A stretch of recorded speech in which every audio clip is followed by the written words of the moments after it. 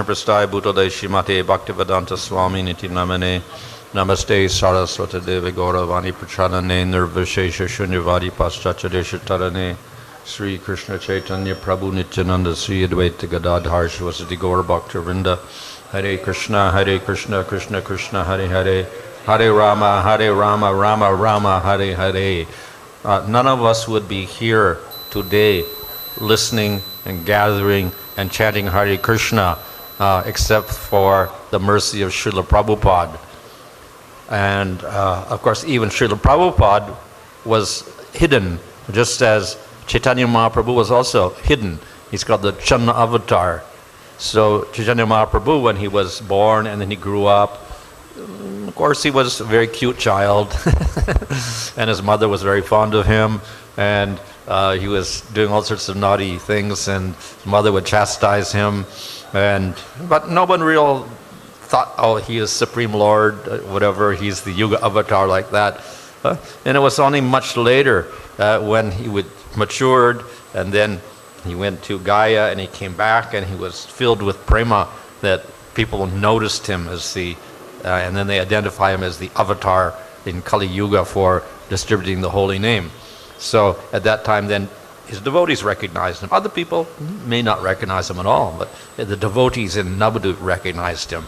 So for a long time Chaitanya Mahaprabhu was unrecognized or hidden, and then he manifested himself at a certain time.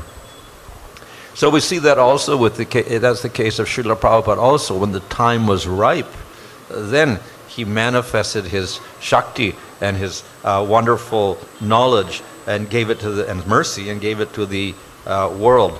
And before that, nobody really knew what he was or who he was.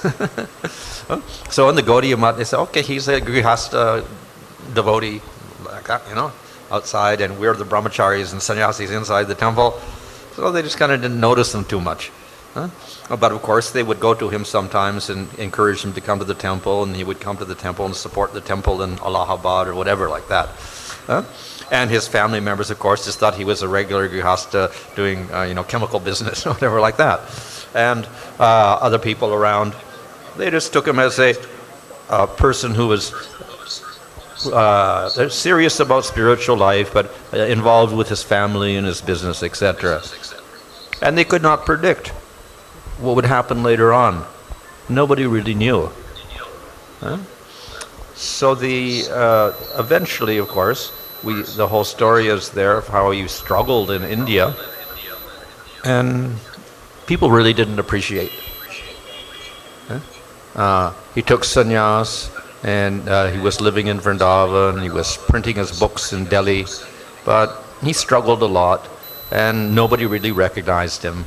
And he wrote a few things, nobody really read them. He made it back to Godhead, he was distributing it on the street himself. Nobody really became enthusiastic to support that endeavor. He tried to make a League of Devotees, a society in Jhansi, but that also failed. He couldn't get really any support. He stayed in the Gaudiya Math for some time, and he was trying to get them enthusiastic to print and publish books and distribute books, but they weren't very enthusiastic about doing that. So in other words, nobody really recognized him. And therefore he thought, maybe I should go somewhere else and preach. So that is why he got this idea, I'll go to America and try to preach there. That also was a big struggle. And India, steamship lines, Srimati Maharaj was saying, oh, don't go, you're just an old man. She also didn't recognize who he was. Then he got to America, and he stayed in some, contact, some men from Mathura, I think it was. He stayed in his house for some time. Then he also didn't recognize him. Okay, he's in Bengali sadhu, interested in worshiping Krishna. Then he went to New York and was living in the Bowery, with all these crazy people around, whatever. And there they didn't recognize some strange looking man with orange cloth, from India is there. And they really didn't pay too much attention to him. So in this way, he went to America. They didn't recognize him there. But then suddenly, at a certain time, people started recognizing him. But then it was surprising who recognized him also. It was a bunch of young hippies, which are like, wild young people who didn't have too much respect in society. And he got some gathering in that way. And they were willing to renounce their former life and lead an austere, life as brahmachari, like that, take vegetarian food, etc., and dedicate their lives to Krishna. So this is something quite astonishing, that people would do this with no background at all of Indian culture, of what sannyas was, what renunciation is, what is prasadam, whatever, who was Krishna. They didn't know that. But nevertheless, they began to follow. So it was something quite remarkable that had happened when he went there. And then this whole movement began to expand. It's expanded in America somehow or other. And expanded and expanded. And then it went to other countries. It went to Canada, then it went to London, it went to Europe, like that. Eventually it went to Australia, then it went to Malaysia, and Japan, and then Prabhupada also brought it back to India, which was interesting because, of course, we said, well, why does India also need, because they already have so many devotees there, but Prabhupada had some vision for India also. So he had a plan of developing projects in India also. But when he came back to India, of course, people recognized, oh, he's gone to the West and he's got some followers. Hare Krishna movement is famous in the West, so the newspapers would advertise, like that. But then still, Prabhupada would go to people and he would ask them for a donation of some land, like say for building a temple in Delhi or whatever, in Bombay, whatever. He went to the richest men in India, like Birla and whatever, like that. Nobody gave anything. And he asked personally. So still there was no credibility there among so many people. So it was only gradually that the movement expanded even in India. And in fact, in order to make the movement in India, Prabhupada had to import devotees from foreign countries. They're the ones that became the devotees who preached in India, because there were no Indian devotees. And it remained like that for a long time. Yes, there were a few young people, like, Gurukul kids or whatever like that. Not too many serious people who were living in the temple or fully dedicated at all. Yeah? So, in other words, even in India there was some struggle at all. But of course, Prabhupada did manage to get a donation of land in Hyderabad and Vrindavan. But he had to buy land in Mumbai. And he had to buy land in Mayapur. So it wasn't just people were willing to donate like that. So in this way, the movement began in India. So Prabhupada was always interested in expanding. He expanded and went to the West and expanded the movement there, and traveled everywhere, and keep expanding, so there were maybe 100 temples within, 10 years. And then he was in India, and then he got the movement started in various places in India, and again he wanted the movement to expand. So he had seen how previously in the Gaudiya Math, the place had, those temples had expanded during Bhaktisiddhanta Saraswati Thakur's time, but then after that they really didn't expand. And so that went on for many, many years, from the 30s all the way up into the 60s, 30 years, and nothing really expanded within that time. Whereas we see Prabhupada, within 10 years, he had, 100 temples around the world. And then he started, 5 or 6 or 7 temples in India also within 10 years. And this is one person.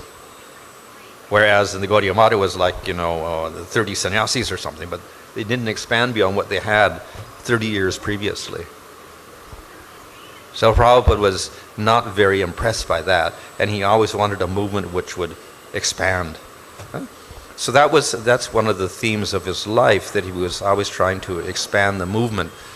We see when he was in India before he came to America, he was very insistent that he print some books. And of course people will say, why you want to print books here in India, whatever like that. But we see that his vision was that eventually he wanted a movement based upon books. So the Srimad Bhagavatam first canto that he translated and printed in India, that became the basis for his preaching in America. And then he published that in America, and from that he went on to second canto, third canto, fourth canto, etc., all the way up to 10th canto during his stay on earth. So he had a vision of expanding the movement in various ways. So one of the ways in which he did this, of course, was through his direct preaching. And he would always be enthusiastic to meet people and preach to them. Another way was through his books, writing, always writing, and then publishing those books. So he was so cautious about the books that he actually established a separate society for that. He made the BBT, Bhaktivedanta Book Trust, as a separate entity from ISKCON. So in case anything happened to ISKCON, the books would be safe. And he could keep publishing the books. So he was very, very careful to make sure that the books were preserved for the future. Because the books are the basis. So he wanted the philosophy to be there intact for all the future. So he had very great plans for developing the movement. Of course, because he was already 70 years old or over when he started the movement in America. Time was limited. So it is now in the hands of the next generation to carry on that movement and continue to expand that movement.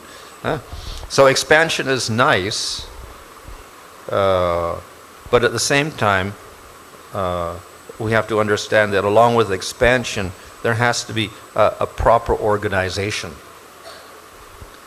You can expand like anything, but if it's not organized, then it's not very effective. Okay? So we see that Srila Prabhupada is also very careful to make an organization. So he made the International Society for Krishna Consciousness, and very early in the movement he registered the society in New York City. And then, of course, it was registered in other places. Then he came back to India, and he registered the society in India. So in other words, it's not just preaching and expanding, but there has to be some organization there also. Something to keep that expansion together. So expansion is very nice, and preaching is very nice. But at the same time, we do have to do things in such a way that things will be preserved now and in the future, and there will be some organization to things. So, particularly because the bigger you get, the more important it is that you need some sort of organization. So, of course, many societies or individuals don't see that need. For instance, the Gaudiya Math or other spiritual societies, because they're limited to one temple, for instance. So one person, one temple, and maybe 50 people there. So it's not much, you don't have to organize too much there. So the society organization is not too crucial. And then there's one person at the top, the head of that institution. So he more or less manages everything. Not difficult if you have 50 people. But where you have thousands of temples and hundreds of thousands of devotees, you cannot do that one person here managing and talking to everybody and doing everything efficiently. You have to have some sort of system for doing all this. So that is why, along with the preaching, we do have some organization. And this is what Srila Prabhupada set up. He set up an organization that has rules and regulations, etc. And he also didn't want to involve too much in that work, so he appointed the governing body commission to do the managerial work. And therefore they also have to start making rules and regulations for people to follow also, in order that we expand, but we expand in a regulated way. So all this was actually supervised by Srila Prabhupada. He had a very great vision of how to expand this movement, so he made sure that all these structures were there when he established the movement, and when he disappeared, all those things were quite strong. So very, very great insight Srila Prabhupada had. So that was the revelation of Srila Prabhupada. The beginning times, nobody really recognized him. And so we don't know what he was thinking or whatever like that. But we see that when he did manifest, everything, within 10 years, everything came out in a very systematic way, so that things are preserved even now. So Srila Prabhupada disappeared how many years now? It's about 40, over 40 years now. Yeah. So most organizations, spiritual organizations, even material organizations, after the founder dies or disappears or whatever, especially if he's a very prominent figure in that company or whatever organization, then most of the companies or the societies, religious societies, do not survive more than 10 years. They kind of wither away after that. Even companies, which are very well organized, supposed to be well organized, once that leader goes, they tend to start crumbling away. They don't have the potency anymore. So a company that survives 20 years after the founder has gone is quite remarkable. And if it goes on for 40 years or 50 years, then it is quite exceptional. One among hundreds will survive that long, a company. With spiritual organizations, it's even harder, because the presence of that person who is a guru, whatever, is so strong there. When he goes, then everybody's left in confusion. So therefore, most spiritual societies do not survive very long, 10 years or whatever. Or even if they survive longer, not much influence. So we see that with many spiritual organizations. Probably you can think of many organizations that had a leader, then they disappeared, and then that organization tends to kind of disappear. We had like Rajneesh Osho, and then he was very famous when he was there. After he disappeared, where are they now? You don't even hear about them. That was how many years ago? 30 years ago or something? I don't know how many years. But anyway, disappeared, and then don't hear about it at all, hardly. There may be a few books in the bookstore. That's about it, like that. We can take other spiritual societies also, very prominent at one time, then leader disappears. 10 years later, you wouldn't hear much about them. So when Prabhupada was going to America at that time, then a lot of swamis from India also went to America, like Muktananda and Satchidananda Swami and a few other, I don't even know their names. Many went to America and became quite famous, maybe even more famous than Prabhupada at that time, because they got, some wealthy followers or whatever. But then we don't know anything about those societies today. After their leader disappeared, then that movement died. The movement dies. So to keep a movement, whether it is material or spiritual, alive after the original founder disappears is a little bit difficult. Just to keep it alive. To get it to expand is even more difficult. So it is quite remarkable that ISKCON has survived for so many years after Srila Prabhupada's disappearance. And not only that, it has expanded. Remarkably. And this, of course, would also be very pleasing to Srila Prabhupada, because when he was alive, he was always preaching, and he wanted to make more and more devotees, and have more temples and more people exposed to Krishna consciousness. And we see that is happening, especially in India now. So this would be very pleasing to Srila Prabhupada that the movement is expanding. It is not just preserving, which is fine. It's better than getting destroyed if it at least stays at the same level, but that it can expand, and that it can expand at a remarkable rate. That is something very astonishing. Of course, we cannot take all the credit for that. We have to give the credit to Srila Prabhupada because of how he organized things when he was here. That was his genius. So as I said, he made this ISKCON society in a certain way. He put a governing body commission there to keep the movement together. He had BBT organized separately. He made sure that he had certain properties in India, in Mumbai and in Mayapur and Vrindavan. Very crucial places for people. And he wanted them to build up centers, international centers there. And of course around the world also, he made sure that the centers were secure legally, so that no one could take the properties or whatever. And the same with India. He set up the society in such a way that very difficult for anyone to steal the properties once they're in ISKCON's name. So because of his expert organization, then that laid the basis for us to be able to expand as we've done at the present time. So I mentioned that when Prabhupada was here, he had to struggle even in India. Nobody was really giving any donations, but now actually probably every week or every month we're getting some donation of land someplace. Somebody's offering something. They're offering sometimes small pieces, a few grounds in a city, or sometimes they're offering a few acres or whatever. Sometimes they're even offering temples, like this. So it's not uncommon at all now. But in Prabhupada's time, Prabhupada, but only 2 offerings were there, Hyderabad and Vrindavan. But he went everywhere and he's asking everybody. Nobody gave. But now it's happening. So we see that the movement has expanded in this way. Of course, we also purchase land, but many of the properties are donated. And not only that, the beginning temples, how did they get built?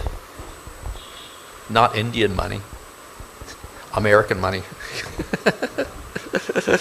To build Vrindavan, and they were getting money from foreign countries coming in. Prabhupada encouraged the BBT and other people, devotees and whoever, to collect money and send to India. Mayapur, how they developed it, foreign money. Bombay, how they built it, foreign money. Of course, they had some local life membership, 1,000 rupees a member. Life membership, 2,000, then went to 5,000 rupees later on. But, they didn't make that much out of that. So Prabhupada was bringing in money from foreign countries when he was alive.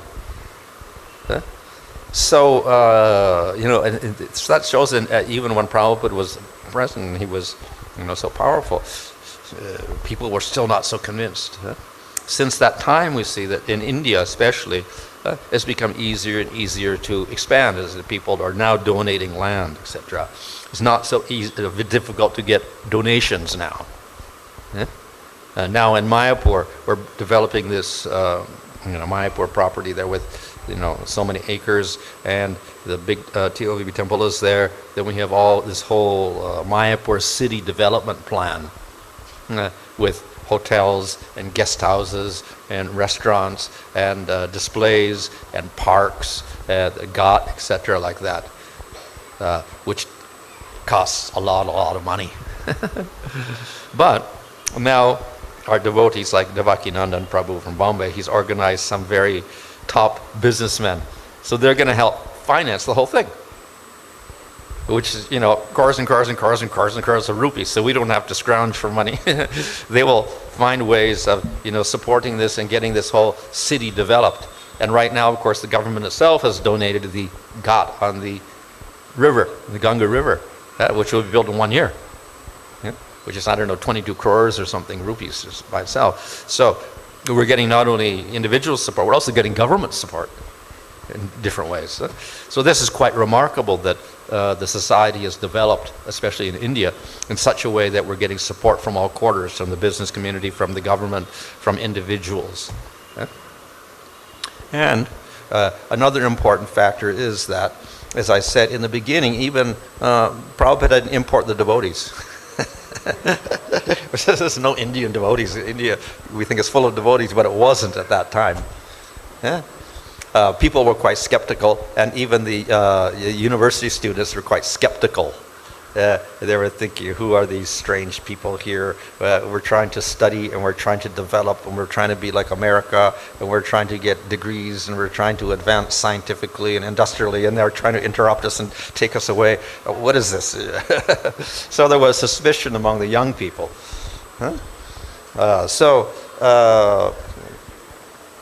so popular, in spite of the the publicity.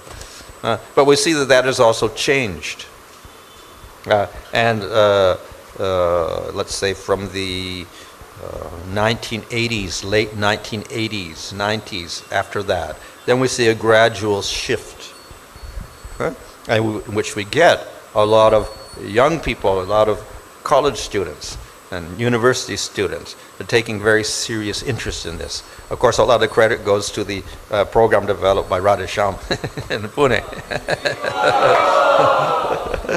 So he was very enthusiastic to make some sort of system, and he got this all, trial and error, of course, and then he eventually made a whole system which was very effective for training up the college students so that they could participate in Krishna consciousness, go on with their studies, and at the same time become inspired to serve Srila Prabhupada. And out of that, then we get a whole crowd of young people enthusiastically engaged in devotional service.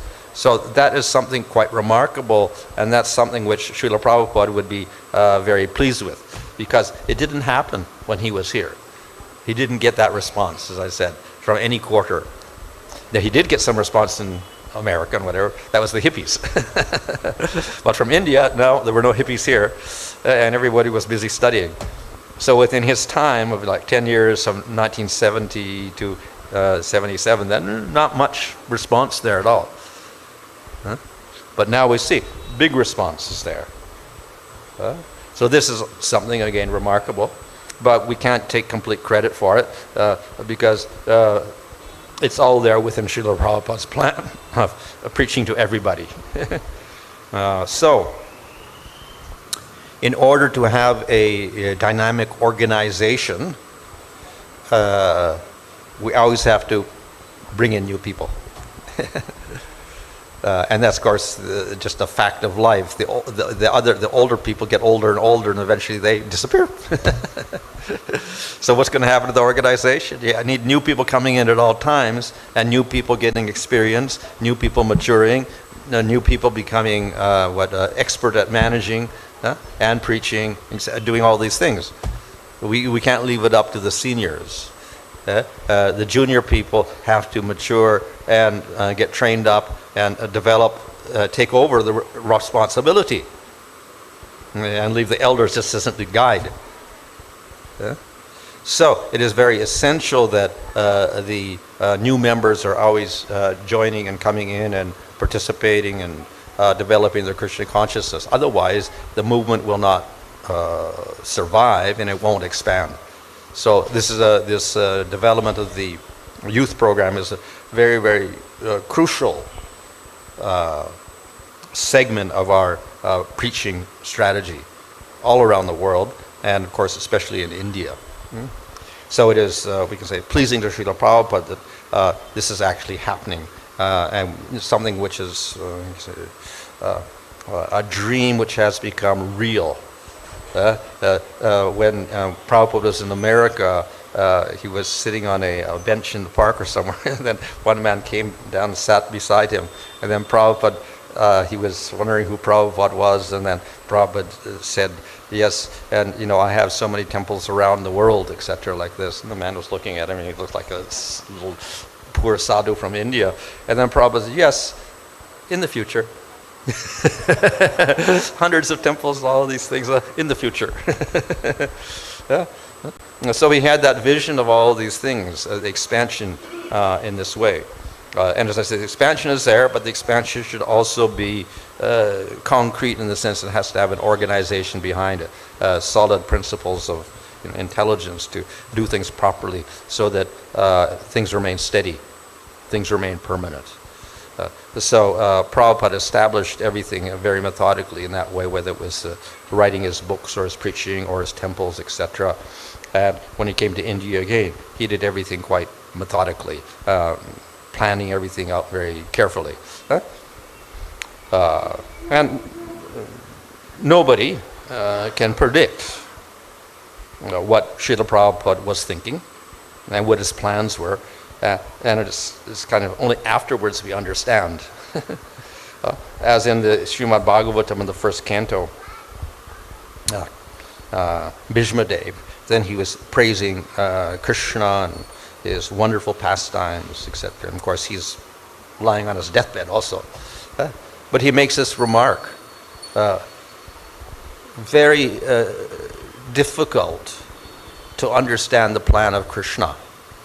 Who can understand it? We cannot. We're great devotees like Bhishma Dev and Kunti. We're puzzled. We don't know what the Lord's trying to do. Why does he have this huge Kurukshetra war, for instance? Why all these people have to die?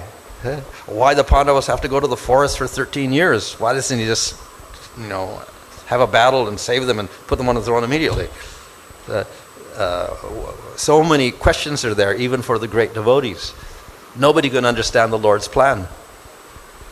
What's happening? Then after it's all over, then everybody realizes, oh, that's why Krishna did this. That's because he did this, because of this, because of that, because of that. Only afterwards they understand. So the same with Srila Prabhupada, many things, we don't know what he's doing. Why he's so insistent on buying some land in Mayapur, like this. Immediately when he came to Mayapur with the first devotees, then he was in Calcutta, and then he got on a train and he went out to Mayapur and he was looking around there like that. Then later on, he sent somebody there and they went and purchased some land there. So everyone was, it's just paddy fields. Though the many Gaudiya Mats were there at that time, in 1970, 71, it was mostly paddy fields. Some temples were there, far apart from each other, Gaudiya Mat temples, maybe 6 temples on the road. It was a very narrow road for rickshaws. And on Gaur Purnima day, there was no one there. No crowds. Maybe a few old widows going to the temple, a few rickshaws going down the road. That's it. Nothing else. And it was just paddy fields on either side, very quiet, like that. And a few rickshaws going down the road on Gaur Purnima day. Nothing there. And so people wonder, well, and Prabhupada, why is he buying land out here? What are we going to do? And then he bought some land and he put a devotee out there. And the devotee was there, and then it flooded, and he had to sit on the roof of the hut because there was water everywhere. So he was struggling. And then Jayapataka Maharaj went there, and then he had to build something there, struggle. And it was very difficult to build anything in India because there was no cement, no concrete. Everything was rationed. You had to struggle to get anything. If you wanted to get iron pipes or whatever, reinforced concrete, whatever, everything was a big struggle at that time. And then you had to get it to Mayapur, and then there were, things like transport problems, etc. The roads were bad, like that. So, big struggle to build up even the first building there, which was that, I think, Lotus building, or the long building. Or maybe it was the long building, and then the Lotus building, like that. Big struggle. And then people are wondering, why are we doing all this, like that? And mosquitoes were everywhere. Water was bad, like this. Dacoits everywhere. So people wonder, well, why Prabhupada wants to do this, Well, then Prabhupada finally revealed, here we're going to have the biggest temple in the world. We're going to commemorate the birthplace of Chaitanya Mahaprabhu. We're going to have this huge temple, etc. And then now we see that is also coming true. And then so many, prominent people are also becoming enthusiastic to support this and make this dream come true. But it's only now that we realize Prabhupada's plan. The same in Bombay. Prabhupada went and purchased this land. There was a big struggle with the, the landowner. What is his name? Nair. Very, very big problem there. And then one time Giri Raj said, okay, we're going to give it up. And then Prabhupada got so angry that he was going to settle for the, giving it up. And then, but probably he also said, why are we struggling so much, just for this piece of land with mosquitoes all over it, and occupied by so many tenants, And at that time, it was not like it is now. It was full of mosquitoes and swamps and, some apartment blocks with people in them. And then we're struggling with to get possession of the land, etc. So the devotees are wondering, why are we struggling like this? But now we see. The temple there is so, it's a center of Krishna consciousness, a solid center, and it attracts so many people. But at that time, nobody could realize, understand what was happening there. So in this way, we can't really understand Prabhupada. When he was present, we couldn't understand what he was doing, but now we can realize some of the things that he did, they make very good sense nowadays, and we can appreciate them, which is a little unfortunate because we should have appreciated it when he was with us, but now that he's gone, we can appreciate his expertise and his genius. So, as I said, Prabhupada's mood was to keep expanding. If you can't do anything, at least preserve, but it's better if we keep expanding and expanding and expanding.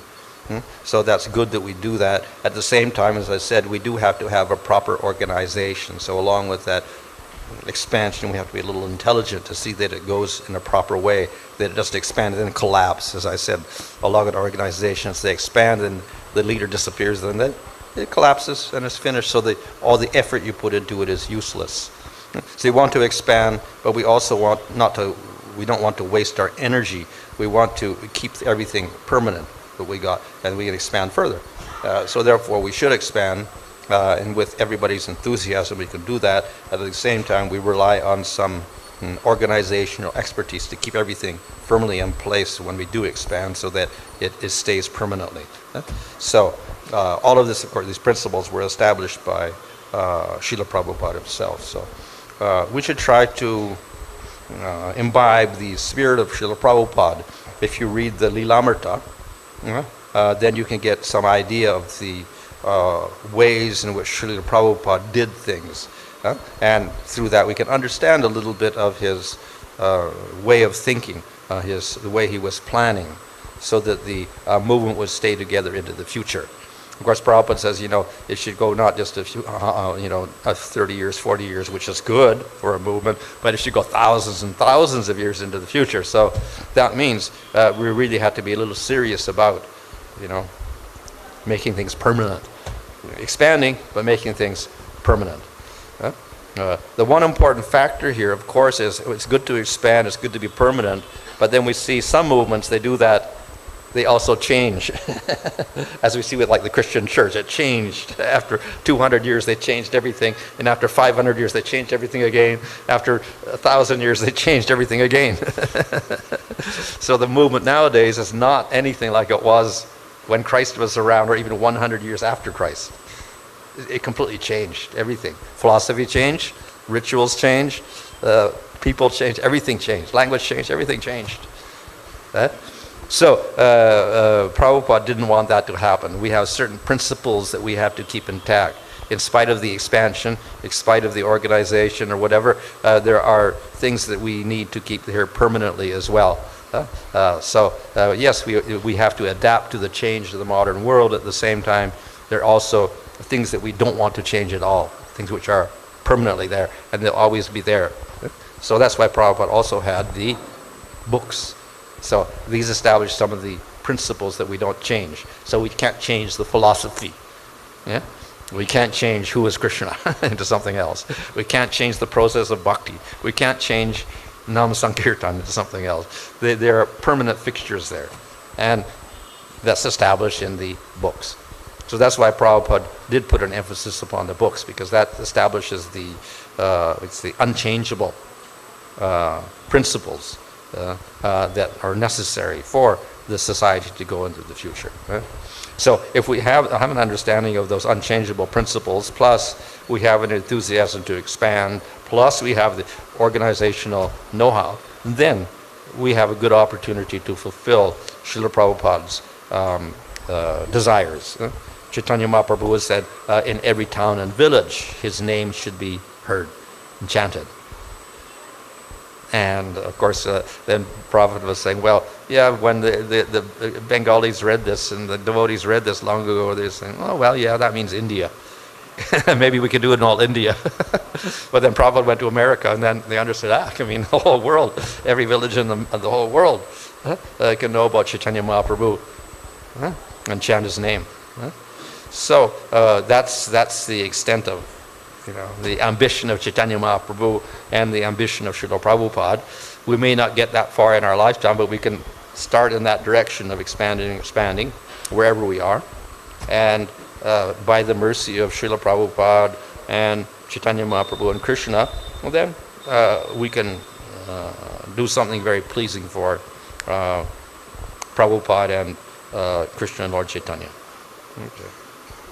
Hare Krishna. Any question? Oh, I've been muted all this time, or what? I don't know.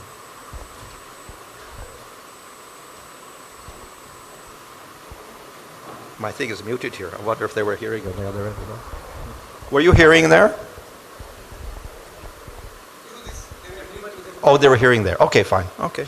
Oh, I see. Maybe they turned this off because there's a double mic. Okay. Hare Krishna. You have a question? Yeah?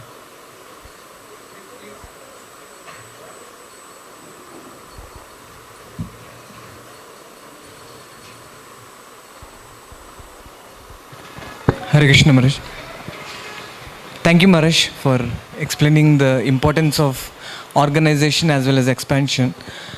Maharaj, could you please share some of your association with Srila Prabhupada when you traveled with Prabhupada in India? Okay. The question is about my experiences with Srila Prabhupada in India. Actually, I was a new devotee. So, an old devotee in those days was 5 years in the movement. You were senior. Maybe you became a sannyasi or a GBC after that. Huh? That was 5 years. I don't know, maybe even 4 years, I don't know. Huh? So if you're only 1 year, you were nothing. And I was only like a few months in the movement. So therefore I didn't get that close to Srila Prabhupada because he had the seniors there, the devotees that had been there 5 years though from America. They were around Srila Prabhupada at that time. So therefore I didn't get that much association, personal association. But more or less I could see him, would listen to lectures, etc. But couldn't speak to him directly so much. So therefore, even though I was traveling with Srila Prabhupada in India sometimes, in Calcutta, Mumbai, Indore, I think Amritsar, Kumbh Mela, and I think Varanasi. We went to Varanasi, and that's about it. Then I came back to Calcutta after that. So a lot of the development of India took place after I left India. So there, I didn't see Prabhupada after that so much. In other words, they finally got the land in Bombay. They got the land in Delhi, in Vrindavan, and they got the land in Mayapur. So all that was after I left. So all of those developments came much later. So the most direct association I had was traveling around India with Srila Prabhupada when the first group of devotees were there, first in Calcutta and then in Mumbai when they ended those first preaching programs. So during that time, as I said, Prabhupada was very enthusiastic to preach, and he had programs for different people, and he was asking all the time, give us some land or whatever like that. He would meet rajas or kings in different places, and he asked them for some land, but nobody gave. So in the beginning, it was a little bit of a struggle, and not much of a response, in spite of the fact they were enthusiastic to see some foreign devotees or whatever. And so. But Prabhupada was very determined, so he kept up. And eventually, as I said, he went and bought land himself in some places. But then he got some donations in Hyderabad and Delhi, in Vrindavan. At least he got that.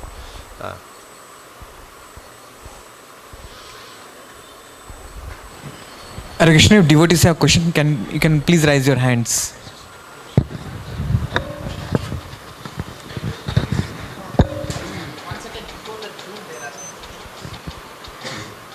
Do they have on Zoom also? Yes, Zoom is going on. Oh, I don't hear anything though. So you can ask questions. I don't hear anybody. Is there some questions on Zoom?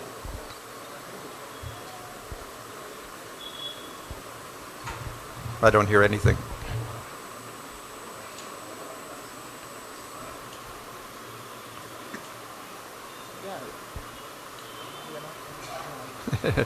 The mic's off.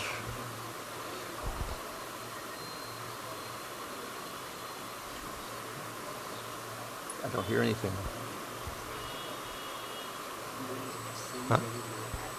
Well, I can't hear. Why is that? So okay, anyway, you can type the. So they can type. You can go with questions here. Hare Krishna.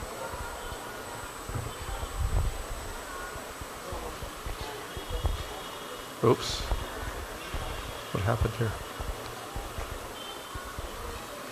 We can't hear anything.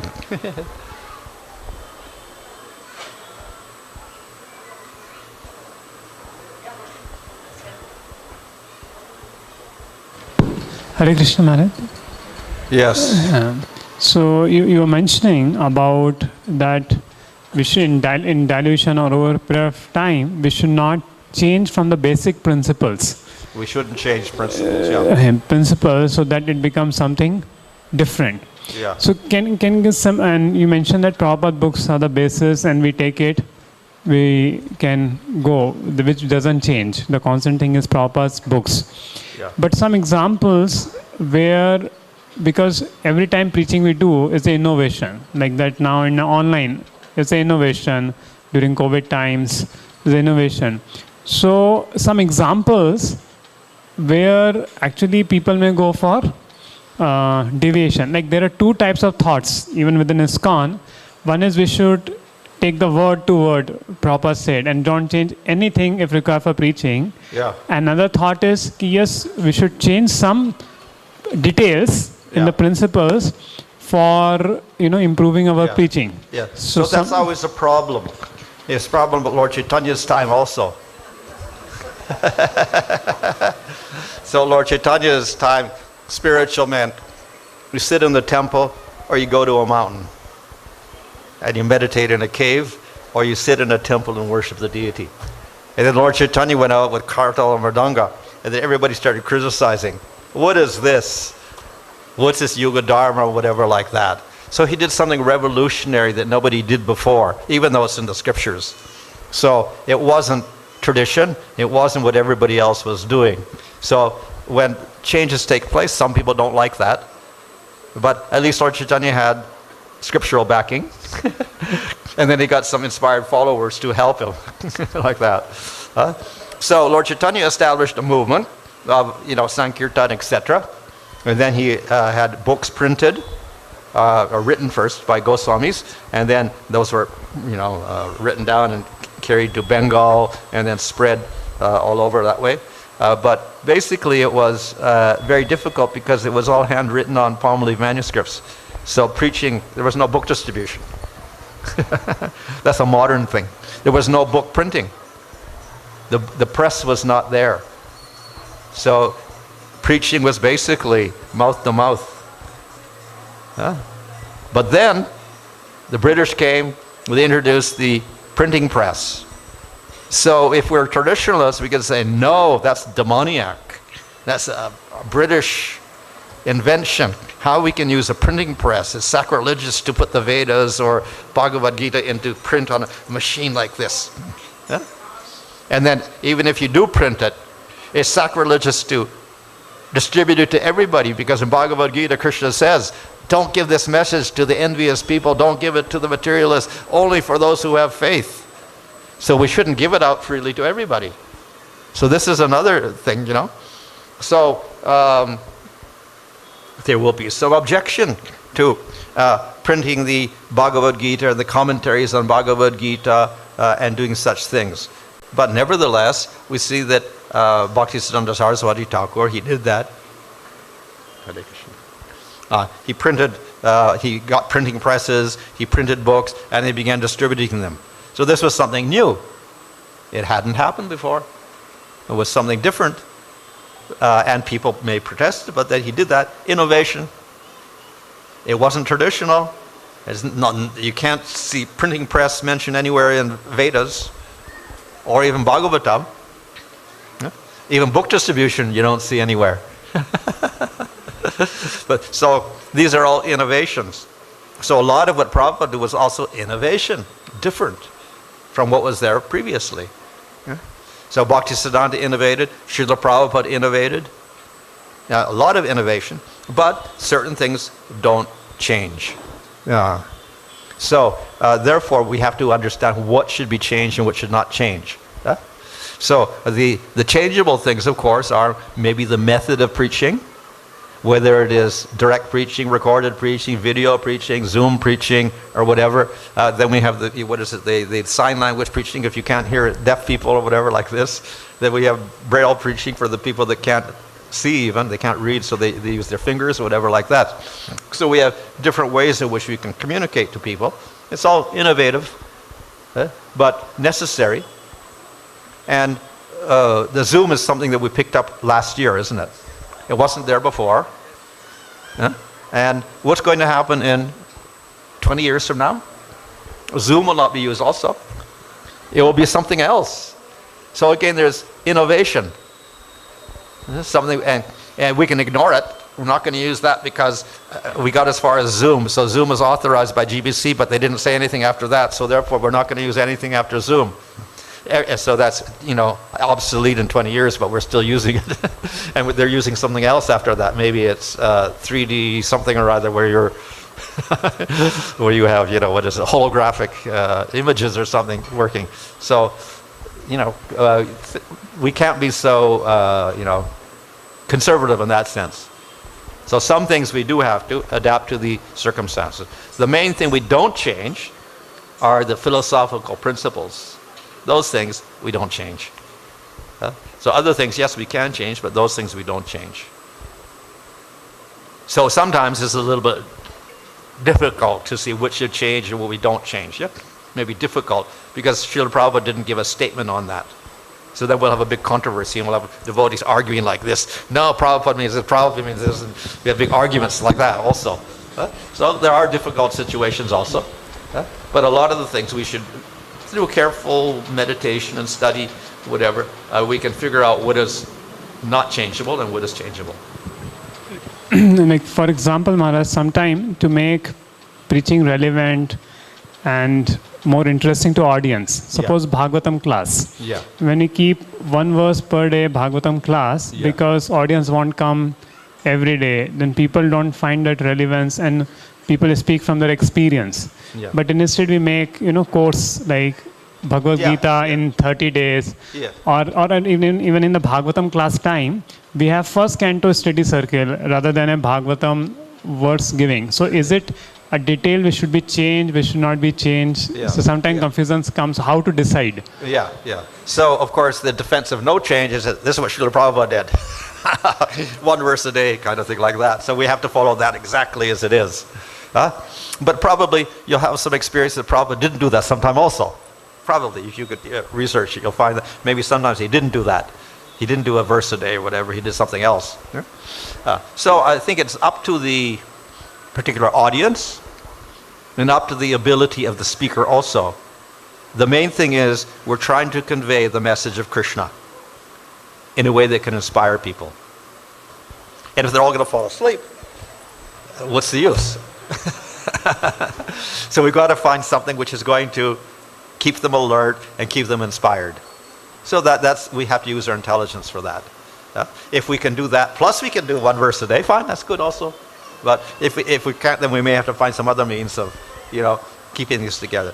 And particularly if the crowd keeps changing every day, then it's kind of meaningless to do one verse a day because everybody's just picking up one little thing here or there. So you may have to alter the way in which you preach. Hare Krishna Maharaj. So we have a question from Zoom Maharaj. Yes. By Indu Radhika Devi Mataji. Hare Krishna Maharaj, Dandavat Pranams. The effects of Kali Yuga is becoming apparent as the days goes by. We see that the younger generation is not very inclined to take up devotional service. Can you please suggest how to encourage them and expand our Krishna consciousness movement in these circumstances? Mm-hmm. So this is a general observation. The young people aren't listening anymore. Of course, probably you can say that more in the West than in India. It's more difficult to make young devotees. At least here we have young devotees, so not so difficult. But yes, and there's always going to be some difficulty in preaching. And if Kali Yuga progresses, as it is, very rapidly progressing, it's going to be more difficult and more difficult. We're going to get different types of obstacles. It may be young people got distracted more, and maybe other difficulties, maybe it is sickness, maybe it is another COVID or whatever like this. We're going to meet all sorts of difficulties. So somehow or other we do have to use our intelligence to find ways of overcoming that particular obstacle somehow or other. In this case it's about maybe the young people aren't so attracted. Because they're human beings, then we're going to have to figure out just what their needs are and what their interests are.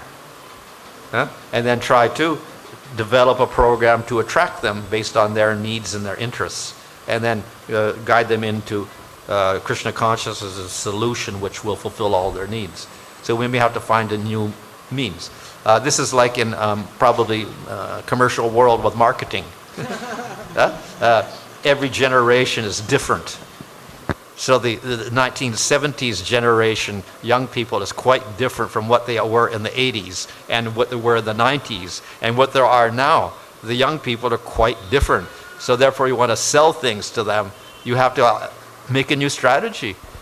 You have to advertise differently. You have to do everything differently. So that may be so also for us in terms of the young people or any population or even a whole country. We may have to think of a different way of attracting people. And we have to use our intelligence there. Maharaj, there is one more question from Medavini Saki Devi Mataji. Could you please tell top 3 qualities about Srila Prabhupada that made your life to surrender unto the lotus feet of Srila Prabhupada and ISKCON? Qualities. Yeah. Oh. What attracted? One quality probably is gravity. That means, of course, seriousness, not in the completely solemn sense, but more we can say profound nature. So, of course, he could joke and do so many things, but generally he was very serious about propagating his movement, about communicating the message of Chaitanya Mahaprabhu. So that was always on his mind, how best to communicate the real message. So that was his profundity. So it kind of permeated all of his activities and all of his speech, finding ways to communicate the message of Krishna to everybody. So that was one very interesting quality of Srila Prabhupada. The other, of course, was his consideration of everybody. So he took care. He was very, he noticed all the different people that came, and he tried to make sure that they were comfortable, they were doing well, etc. So he was very personal in his approach to all the different devotees. Hare Krishna, devotees have question, can raise your hands.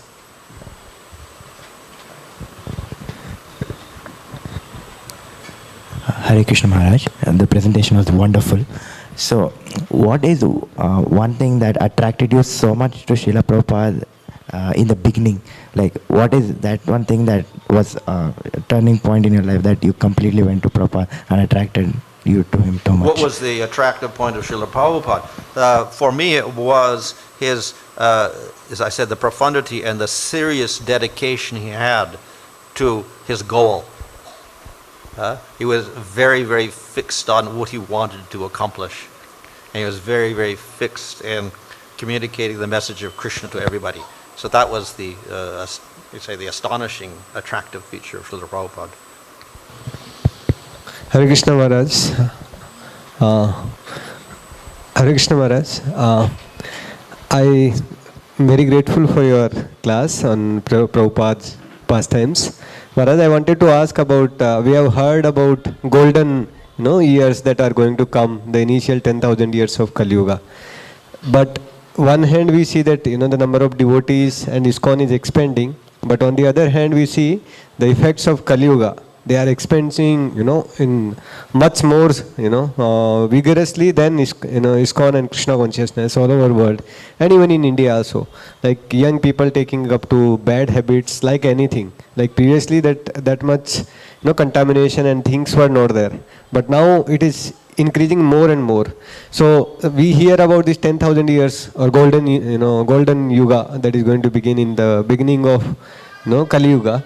So when that will happen, that everybody will take up to Krishna consciousness, and when it is going to really begin? Well, this prediction actually is from the Brahma Vaivarta Purana, where it talks about 5,000 years golden age. As I said, we cannot predict how it's going to happen or whatever. Of course, it's in the process now since Lord Chaitanya Mahaprabhu Chaitanya Mahaprabhu came. But we cannot really predict how it's going to happen, how it will come about. All we can do is participate in that movement. We don't have to worry too much about how it's going to happen or whatever. So mainly is we absorb ourselves in Krishna consciousness and then spreading it to others, and that's all we do. And what happens to everybody else? We don't know. Who gets influenced? Whoever is merciful, fortunate, they will pick it up from us or whatever like that. So we just go as far as we can and keep distributing the mercy to everybody, and those who are fortunate, they will accept it. And then we just accept that. We can't force the issue one way or the other. We can't use force. So all we can do is use our energy in the most intelligent way. Hare Krishna Maharaj. Maharaj, there is a question of same kind. Would you like to add something? Hare Krishna Maharaj, please accept my humble obeisances. All glories to Srila Prabhupada. Srila Prabhupada has said that we'll have 10,000 years of golden age to come in Kali Yuga. Has that started, as the effects of Kali seems even more prominent now than before? And how do we understand the perspective of this golden age? Is it to be taken literally, as in we will experience truly an age of goodness in time to come? Well, this is a prediction that is given in the Brahma Vivarta Purana, and it starts 5,000 years after Kali Yuga starts. So that's about now. Which means for the time of Lord Chaitanya and afterwards, and it goes on for, so long after that. So, obviously, just like in Satya Yuga, there were still demons there. There are still some ignorant people there, even in Satya Yuga. So, even in the golden age in Kali Yuga, it's not going to be all devotees. The demons are still going to be there. But we can say that there'll be quite a prominence of spiritual life among everybody. It'll be prominent. It may not be completely, but it'll be prominent. This, of course, is maybe relatively speaking, because Kali Yuga is so bad that, we get some prominence there. Very good. And this will continue for, thousands of years. So, but as I said, how it will happen and what it consists of, we really can't say. But we can participate in this movement now that Lord Chaitanya has come. And use just as Srila Prabhupada started with nothing and expanded. So we can just take this movement and expand it as much as we can within our lifetime, and hopefully the next generation will take it further and further and further. That's all we can do. Second question, Maharaj, from Surya Kanti Prabhu. Hare Krishna Maharaj, Dandavat Pranam. What is it to me to be mindful when we start preaching? What should we be mindful when we start preaching? We have several principles here in preaching. Lord Chaitanya said, go out and preach everywhere, be merciful to everybody, like the rain falls everywhere like that. So that's one idea. And Lord Chaitanya is the deliverer of the most fallen, and even for the operatis or whatever, he's merciful and delivers them. So, we want to deliver everybody. But then we have the other principle, don't preach to the faithless. And in Bhagavad Gita, you'll see at the end, Krishna says, don't give this message to the envious people, the people with no faith. So he said, don't give it out, don't preach it. So we got two things here. We can ignore that one, don't preach to the faith. But that's the seventh aparad, so we have to keep that in mind all the time. But we can't ignore Lord Chaitanya's idea of preaching to everybody, delivering the most fallen. So, the challenge of the preacher is how to combine these two things. So some preachers are very ambitious and they'll say, okay, let's preach to everybody. And they try, but of course, some of their efforts may not be so good because they meet the wrong people, they may get attacked or whatever, get negative reactions or whatever, and ultimately they have to suffer for that. And of course, the other thing is, preaching to the faithless is an aparad, so therefore you do suffer for that spiritually also, so we have to be careful of what we do. The other is that we're so afraid to preach because don't preach to the faithless, nobody's got any faith, so then we don't preach at all. So we do have to be intelligent enough to see, keep up the enthusiastic preaching movement of as we see with Bhaktisiddhanta Saraswati Thakur, Srila Prabhupada. We keep up that preaching movement, but we do have to use our intelligence to see what to say and when.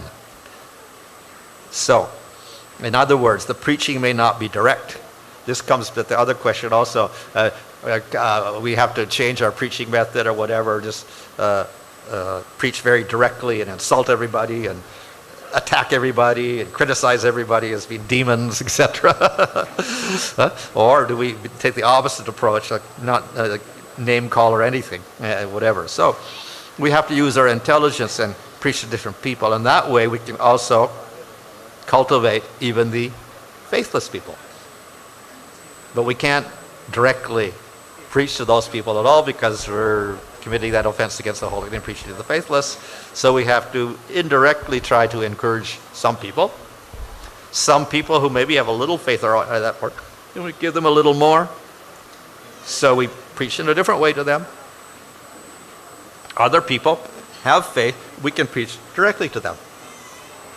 So according to our intelligence, we have to judge the level of the person, and then we can only say certain things to the certain types of people. So that's basically how we solve this problem. Don't preach to the faithless and spread Lord Chaitanya's mercy everywhere. We have to do that. The principle that Bhaktivinoda Thakur says is that, yes, we don't preach to them and give them the holy name and tell them to start chanting for the faithless people. We can expose them to it. They can hear the name. They can take prasadam. Well, we don't say anything to them about Krishna. So that's the indirect method of preaching. And some people will protest, that's not preaching, you're so timid or whatever like that. But that's the method for the faithless people. It's all indirect. For the direct people, yes, we can preach directly. And in between there, we got different degrees also. So that's how we have to do our preaching. And it may look innovative, but actually this is the method that Bhaktivinoda Thakur is saying is the method of Lord Chaitanya. Devotees have questions, can raise your hands.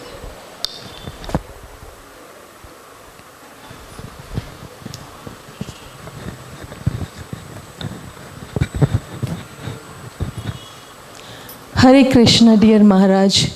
I am so grateful to you not only for your classes, but for those books on the book table which you have written. I have purchased many of your books and I got to know you have written even more books than that in the table. So I clearly see that you have inherited Srila Prabhupada's quality of writing books. And I also see my Guru Maharaj, Jayapataksam Maharaj, how many qualities he has inherited from Srila Prabhupada. How we all who are really wanting to do Bhakti Shastri course, Bhakti Vaibhava, Bhakti Vedanta, how we too can inherit Prabhupada's qualities and become like you all. We want your qualities to manifest in all of us. So this is my question, Maharaj. Thank you very much.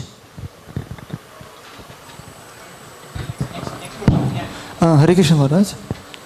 Maharaj, I just had a doubt that what made Prabhupada glories to hinder compared to other contemporary spiritualists on the same time of Prabhupada, especially not in the world, especially in India, Prabhupada is hardly known. Only one who comes to ISKCON or one who comes to Krishna consciousness, they know about Prabhupada. Outside world, it's hardly known about Prabhupada. Rather, if you see Prabhupada's contribution to the world, especially in America, it was tremendous. And to the spiritual literatures, it was much more mind-boggling. But the glories of Prabhupada is hardly known to the world, compared to other spiritualists, even though they had very less contribution. But Prabhupada's glories are still not so much of seen in the world still. This is all relative, who gets more exposure, who's more popular. Because as I say, those who were big names at one time suddenly disappear after their death and nobody hears about them again. So rather than get big publicity and big name, the more intelligent thing is to establish something that will be permanent and influence the future. So that's the strategy of Srila Prabhupada. Other people, other swamis and other people, they went from India and went to America and they got a lot of publicity. They got some, famous people behind them or whatever, mainly doing with yoga and meditation. But as I said, they're not there anymore. They were big at that time, but they've all gone, disappeared completely. ISKCON is still there. So that's the remarkable thing, that it may not be the biggest name long ago in the 70s, but it's continued and it's expanded, whereas other movements have faded away. And as for India, it's grown and grown and grown, and it's become more and more recognized. Of course, when 1970s, 80s, it was not well known. Yeah? But it's become more and more well known as time goes on, especially in the 90s and 2000 and afterwards. It's become very, very well recognized in all quarters. So it's getting more well known. Of course, there are other religious movements that have been here much longer, and they got maybe more recognition, and maybe they're mentioned in your school book or something like that, your textbook or whatever like that, where Prabhupada's name isn't there. But eventually it will happen for Srila Prabhupada also. He'll get in the textbooks also.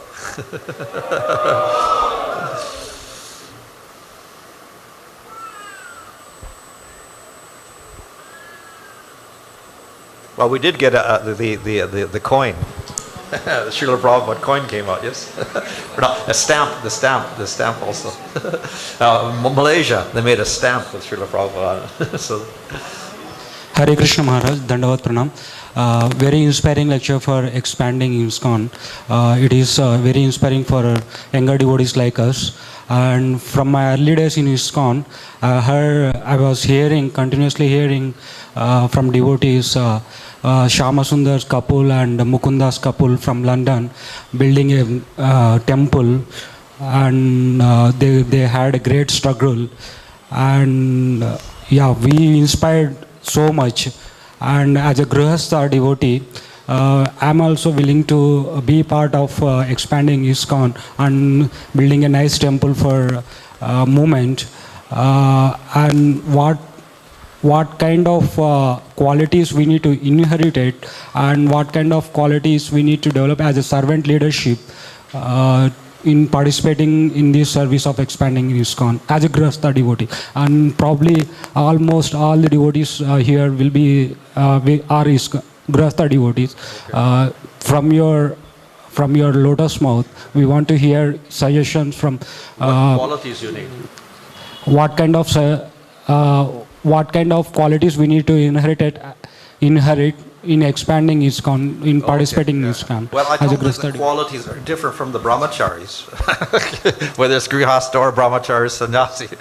The qualities that are going to please Krishna and Chaitanya Mahaprabhu and Srila Prabhupada are going to be the same qualities. So, in order to expand the movement properly, not just superficially, then we have to get the mercy. So we got to get the mercy of Srila Prabhupada and Lord Chaitanya and Krishna. And we get that mercy by having the same qualities. It's not we're going to have any different qualities. So, one, of course, maybe you said the big quality, the main quality of a devotee is to surrender to Krishna. In other words, he's a genuine devotee. And of course, we cannot surrender completely because we have other responsibilities as grihastas or whatever. But at least that mood of surrender, we should understand what that means. This is actually the first anga of bhakti according to Jiva Goswami and Bhakti Sandarbha.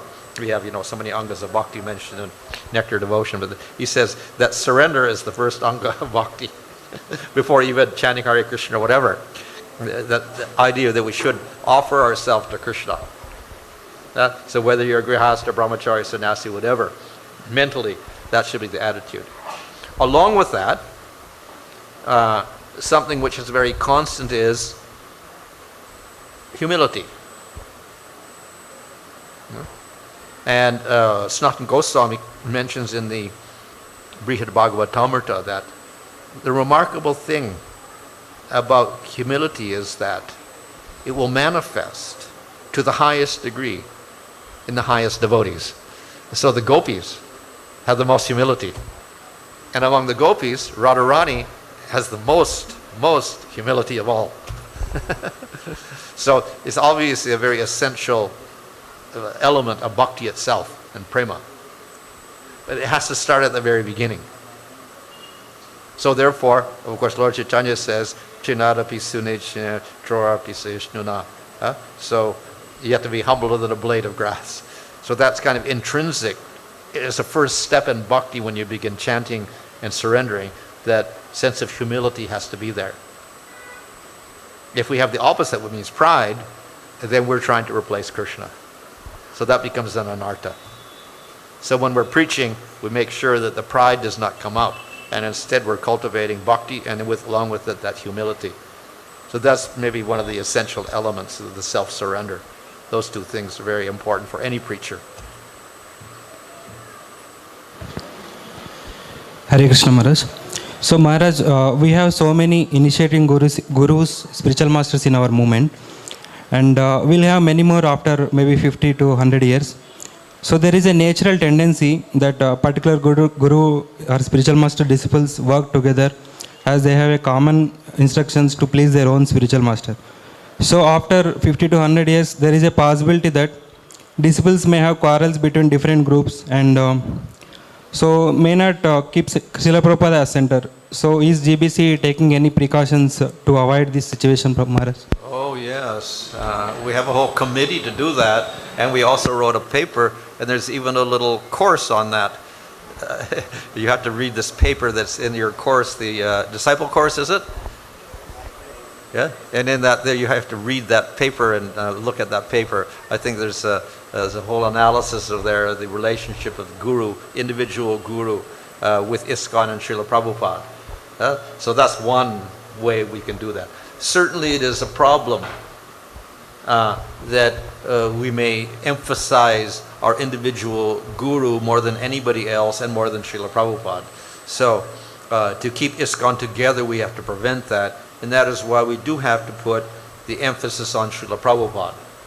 Now people will often say, well, I can't, have devotion here, devotion there, and devotion there. It's a little confusing for me, so I just dedicate myself to my guru. But that's not proper thinking, even traditionally. So in Krishna Bhajanamrita, there it is said, and Narahari Thakur says, that it is like in a family, you give respect to your father, but you also respect his brothers. And you'll say, well, my own father, ignore you. You have to equal respect to the brothers of the father, your uncles, in other words. And he says you get double respect to the grandfather. So the respect is not just one person. It's not just the father. It's to the brothers of the father, of the uncles, and to the grandfather, even more. So we have all sorts of respect we're giving in the family. So similarly in ISKCON, we can give respect to Guru, but we have to give double respect to Srila Prabhupada, or more respect to Srila Prabhupada. So that's the way in which we can preserve ISKCON. Otherwise, the danger is always there, as we wrote in the paper, that in the future, if Srila Prabhupada is minimized and the Gurus are maximized, then there's always the danger of making factions, making different groups because of different Gurus. So that is there. So one thing is, the psychology of the devotee should be to keep Prabhupada in the prominent position always.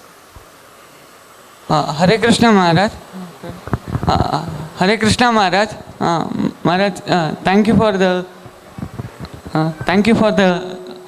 wonderful class, Maharaj. Actually, I had a question, Maharaj. How can we scrutinizingly read Prabhupada books, Maharaj? How can we? Scrutinizingly How can we scrutinizingly study Srila Prabhupada's books? Oh, well, last night there was a ceremony for Bhakti Shastri, yes? So that's one methodical way of scrutinizingly study, maybe too scrutinizing for me. You have to study, memorize this and memorize that. So that's one way in which you can scrutinizingly study Bhagavad Gita at least. And if you want to go through Bhagavatam, then you have to take the Bhakti Vaibhava and Bhakti Vedanta degrees. Thank you, Maharaj. Hare Krishna Maharaj, we have a question from chat, Maharaj. Hare Krishna Maharaj, Dandavad Pranams, all glories to Srila Prabhupada. Whilst we are focused of expansion, how do we ensure that the welfare and needs of the existing devotees is also looked after and not forgotten? So that's a very interesting question, and I said we can expand, but we can't expand without preserving what we got. So expand and expand and expand and get new devotees, but forget about the old devotees. Oh, that doesn't make any sense. So then we have to have a whole system developed to expand, and then those who do join, our members, we take care of them. So this requires organization, it requires thought. So we have to have both elements there, the expansion element and the preservation element.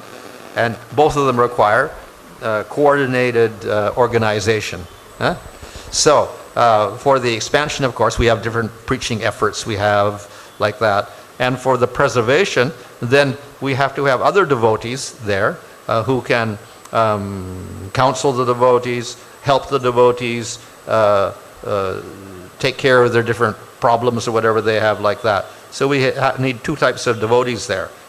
The preaching devotees and those who take care of the other devotees and counsel them or whatever and make up, let's say, facilities for them if they do have problems and they are in need. So it requires some organization. And any temple should have both elements to it. So that means the president has to be attentive. Hare Krishna, if any devotees have questions, can raise your hands. We do have something in the GBC, we established a devotee care department. So that's devotee care. So that's trying to cater to the needs of those devotees. So we expand, but then we have to take care of the devotees there. So there are various initiatives in that devotee care movement. Japadaka Maharaj is part of that movement, group also in the GBC, devotee care. Hare Krishna Maharaj.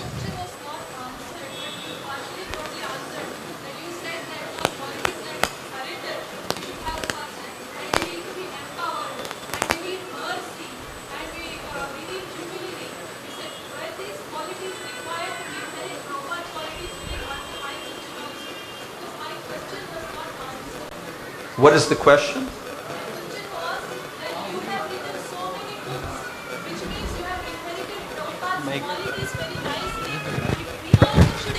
Prabhupada's qualities, then what should we do?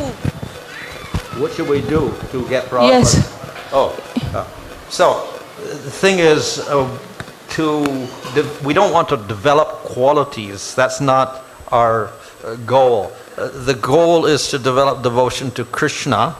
By developing devotion to Krishna, we get all good qualities.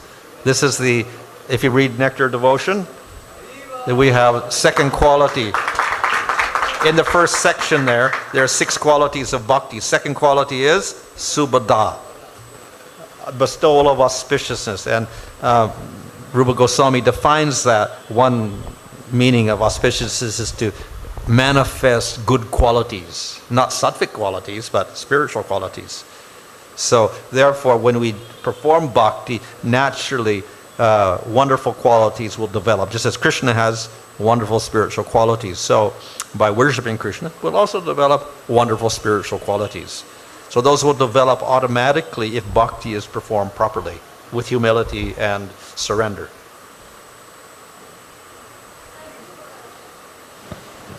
Hare Krishna Maharaj, I have a question that every preacher needs the quality of selflessness. Can you please tell how to develop that quality of selflessness? Selflessness. When concerning the Avanti Brahmana, when he got kicked out of his house and he took sannyas, by more or less by force, I guess, because he was kicked out of his house. But fortunately, he was also a devotee. So then he said, real renunciation, a real detachment, a real giving everything up, is actually giving everything to Krishna. So this is the real point that we want to do. By offering everything to Krishna, then automatically other qualities like self-sacrifice and detachment and whatever will manifest. We're not just trying to renounce everything or become detached. We're trying to surrender to Krishna. That act of surrender to Krishna takes care of all of the qualities.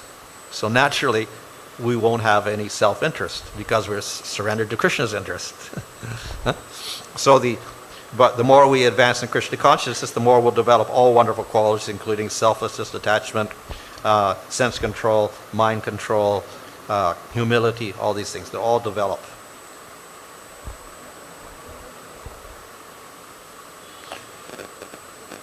Okay.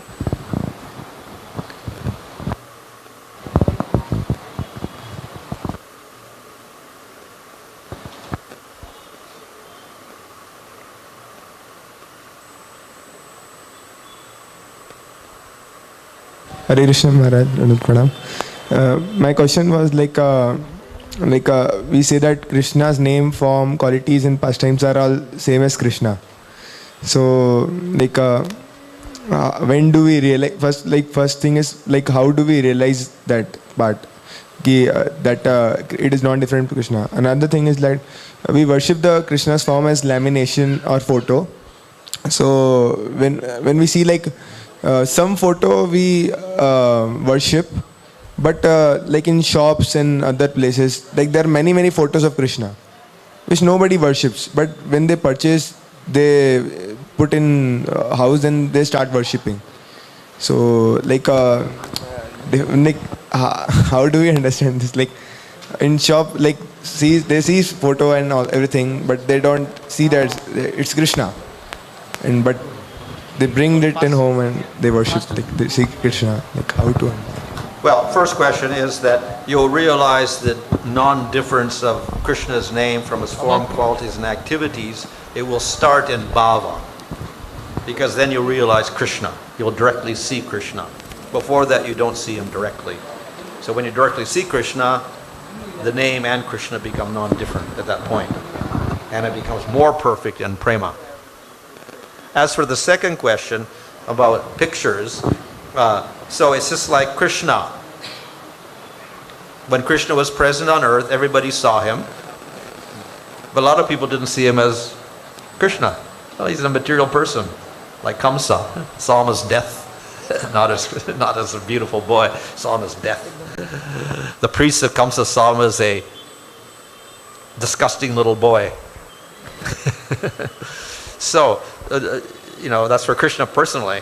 So what to speak of a picture? Depending on your devotion, you may have devotion to the picture, therefore it becomes Krishna himself. And the picture you can worship also like a deity, non-different from Krishna. You can even install a picture and make that into a deity, and offer your prasadam and everything like that. So it's non-different, then it becomes non-different, like a deity is non-different from Krishna. But for materialists, of course, then the picture won't have that meaning at all. It will just be a photograph of a deity. So that's how they'll think of it, like that. So depending on the person, his faith, then they will see the picture differently.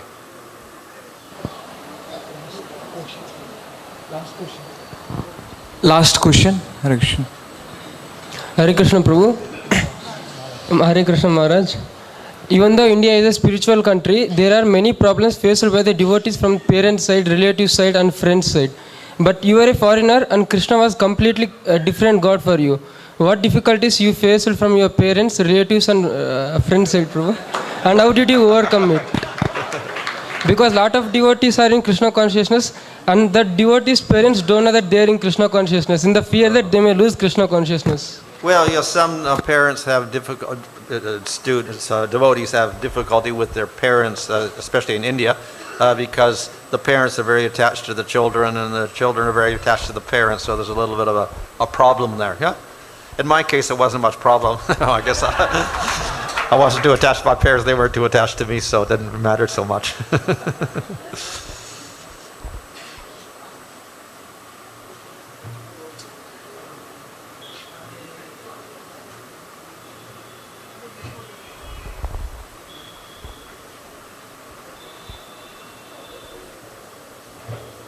Hare Krishna. So this has been message from ISKCON Pune, who is conducting this Samarpanam for Prabhupada, 125th year of his Vyasa Puja. So I'm just reading it. Maharaj, thank you very much for giving your time and giving us insights into Srila Prabhupada's life. Seeking the enthusiasm and service contribution of Srila Prabhupada's disciples, we get some glimpse into the glorious personality of Srila Prabhupada. You made a very profound statement. We should at least maintain what Srila Prabhupada gave us and best will be to expand it further, but at least maintain what Srila Prabhupada gave us. So we all seek your kind blessings to become servant of the servant of the servant, and may continue to serve Srila Prabhupada mission by following in your footsteps. Your servant ISKCON Pune. Hare Krishna. Hari Bol. So now we are concluding Srila Prabhupada.